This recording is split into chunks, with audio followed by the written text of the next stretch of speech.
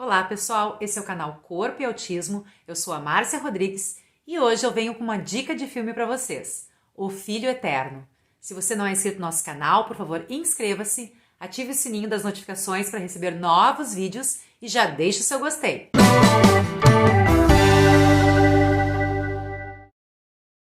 Então, O Filho Eterno, filme produzido por Rodrigo Teixeira e dirigido por Paulo McLean. Então esse filme foi baseado no romance autobiográfico de Cristóvão Tesa, do mesmo nome. Ele é um filme baseado no livro, ou seja, tem muitos aspectos que se diferem do livro. Eu vou deixar na descrição aqui o link tanto para o filme que tem no Netflix, quanto para o livro que tem para vender na Amazon, com o linkzinho do Corpo e Autismo. Se vocês adquirirem o livro pelo link, vocês já vão estar ajudando aqui o canal. E é interessante, então, porque aborda essa temática da construção da paternidade. Então, o filme ele fala dessa jornada de um pai, todas as suas dificuldades, para criar um filho com síndrome de Down.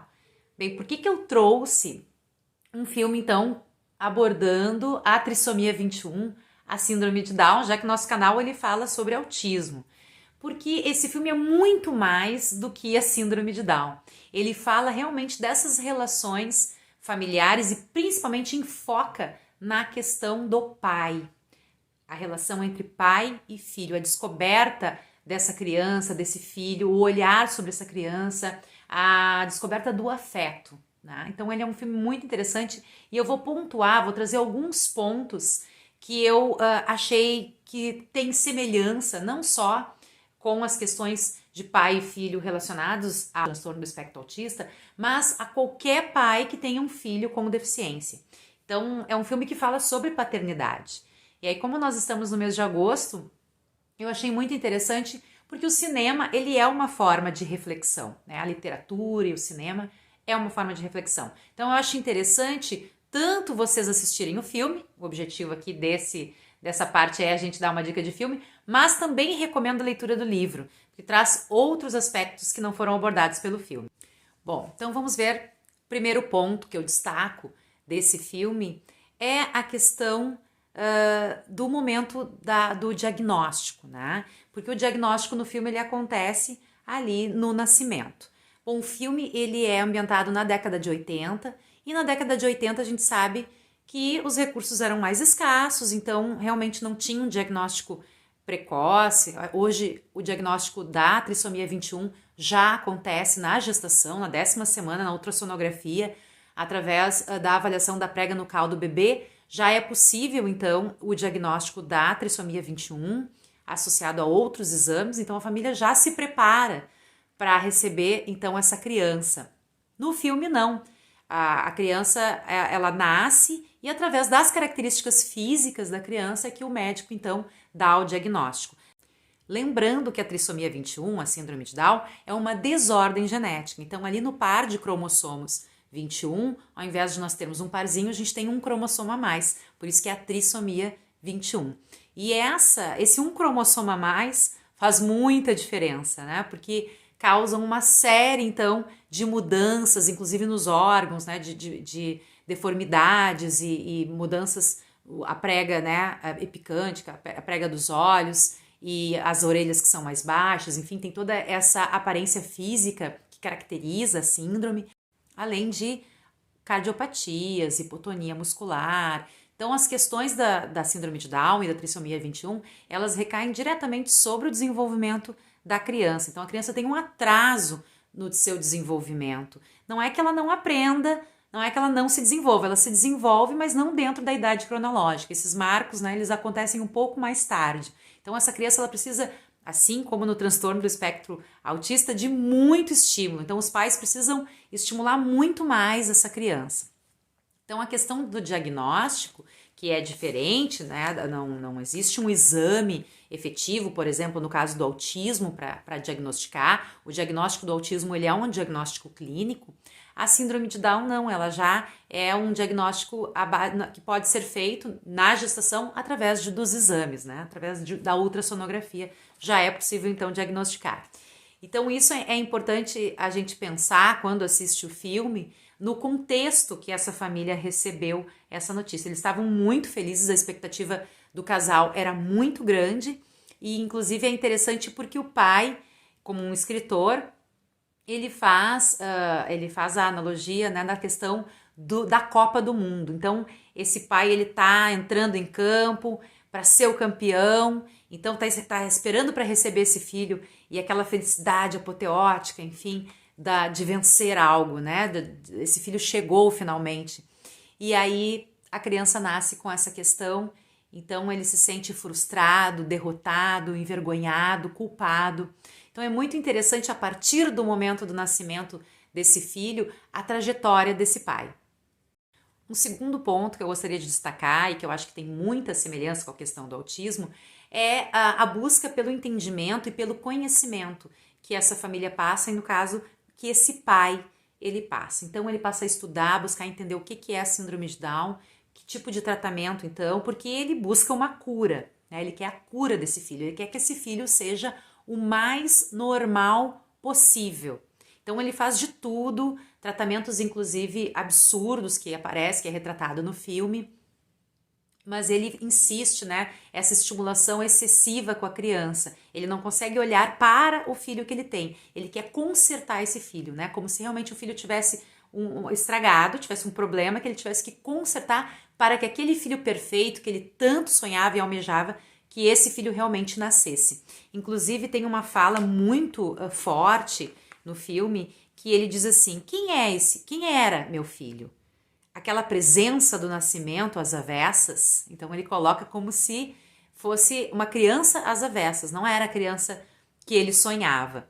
E eu acho que outro ponto para chamar a atenção interessante nesse filme é exatamente esse aspecto da coragem desse pai de se expor assim, né? Porque como é baseado no romance e o autor, né, o Cristóvão Tesa, ele tem um filho com síndrome de Down, claro que o filme é uma ficção, o livro é uma ficção, talvez não sejam todos os pontos ali exatamente como foram, mas baseado na vida dele, ele foi corajoso ao colocar verdadeiramente os sentimentos. Inclusive ele coloca lá no início do livro, ele coloca uma frase que fala sobre essa questão da verdade, né, de dizer a verdade, de dizer os sentimentos verdadeiros que ele tinha em relação a essa paternidade. É interessante esse aspecto também dos conflitos que são humanos. Nós somos humanos, então essa questão toda do pensamento, né, da consciência dele, do que ele vai construindo e amadurecendo também enquanto pessoa, é muito interessante. São construções que muitos de nós também fazemos, né? Uma caminhada que muitos de nós passamos por esse caminho também, da culpa, passamos por esse caminho de ter sentimentos negativos, mas o importante é que ele se dá conta disso com o passar da história e com o passar do filme. Um outro aspecto que eu gostaria de ressaltar e que também tem relação com o autismo é no momento em que uma passagem do filme na qual ele é chamado na escola. A criança então finaliza ali a educação infantil, a escola até então tinha cuidado dessa criança e a diretora coloca então para os pais que eles não têm mais, a escola não tem mais condições de seguir com aquela criança. Então eles se veem numa posição de recusa dessa criança no espaço escolar. O pai quer que essa criança seja, então, como eu falei anteriormente, o mais normal possível, obviamente estudar e ter as mesmas oportunidades que as outras crianças. E a mãe já, um pouco mais flexível nessa questão, aceita então que essa criança vá para uma instituição especializada. Então aí entra um ponto que também a comunidade autista se defronta, onde a gente sabe que existe uma legislação vigente que garante a matrícula dessa criança no ensino regular, na escola fundamental comum, mas que muitas escolas colocam exatamente a mesma frase que a diretora do filme coloca: nós não estamos preparados para receber o seu filho ou para ensinar o seu filho, para trabalhar com o seu filho. E para fechar, então, o último ponto que eu coloco é uma pergunta que no filme o pai faz para a mãe, né? Como que você consegue amar? Como que você consegue amar o nosso filho? Me ensina como que eu faço para amá-lo, né? Então é muito emocionante, é um momento assim muito comovente, quando ele percebe esse afeto que ele não consegue mais viver sem aquela criança. E aí então ele começa a olhar para esse filho e a curtir esses momentos que são diferentes, obviamente, se ele tivesse uma criança normal, mas ao mesmo tempo que podem ser muito gostosos, que podem ser muito agradáveis, que podem ser muito divertidos. Então, ao mesmo tempo que esse filho então tem uma deficiência intelectual e ali é bem visível como ele é um escritor, um homem das letras, a questão da deficiência intelectual do menino pesa muito para ele. Ao mesmo tempo, ele afetivamente ele tem muitas dificuldades afetivas que o menino não tem. Então, o menino ensina para ele como lidar com essa questão dos afetos, né? Como amar. Isso o menino sabe muito bem. Ele sabe muito bem amar. Então, no fechamento assim do filme, aparece muito clara essa questão do afeto e de como esse pai descobre esse filho. Então, eu vejo muita semelhança com alguns pais que eu já conversei, passado esse luto, né, quando conseguem olhar para esse filho e para as possibilidades dele, e não para o que ele não consegue fazer. Isso é muito importante para essa construção de vínculo, para essa construção de afeto. E no ano passado, aqui no canal, eu fiz uma sequência de vídeos, foram 2 ou 3 vídeos, sobre a questão de brincadeiras de pai e filhos. A brincadeira do pai é diferente da brincadeira da mãe. A forma que o pai estimula o bebê, estimula a criança, é diferente da forma como a mãe estimula a criança. Então aqui no sugerido eu vou deixar esse vídeo que fala sobre brincadeiras de pai e filhos, para vocês darem uma olhadinha, que daí fala um pouco dessa questão da diferença entre a forma como o pai brinca e como a mãe brinca com as crianças. Então espero que vocês tenham gostado, espero que vocês assistam, porque o filme realmente é excelente, é muito comovente e fala da paternidade de uma forma muito interessante, mas ao mesmo tempo é um filme bastante provocador, porque traz a verdade, né? O sentimento, o pensamento daquele pai e essa caminhada. Então é bom a gente também olhar o filme sem julgar muito esse pai, né? Pensando que muitas vezes a gente se sente assim, desta forma, em relação aos nossos filhos. Então, confiram lá na Netflix. Se vocês quiserem, então, a leitura do livro, Cristóvão Tesa é um excelente escritor, tem uma narrativa muito interessante também. E no livro, ele se centra bastante na figura dele e do menino. Então, não aparecem personagens como aparece no filme. Então, a figura da mãe não aparece tanto no livro.